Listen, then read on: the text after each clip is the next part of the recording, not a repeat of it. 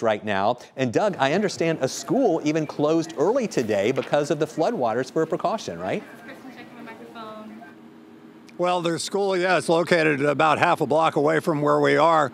We are in downtown Cave Spring. This is basically a one traffic light town. Traffic light is behind me, and there's floodwater in the intersection. Let me draw your attention here to the general store in Cave Spring and the parking lot, which is flooded. And as we pan briefly to the right, you can see the current of the flood.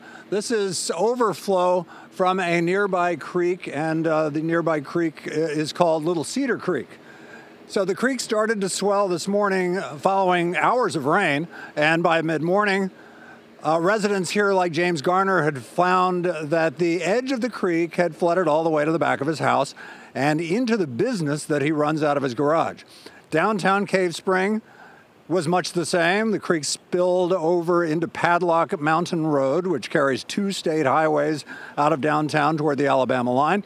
State prison inmates were filling sandbags this afternoon and placing them at businesses in the flow of the floodwater.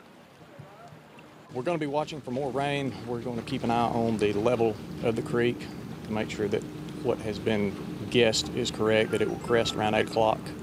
If it does more, we'll be prepared for that. The water hadn't crested. Don't know where it's going to crest. We're just bailing a sinking ship. So that was a man named James Garner whose house had flooded.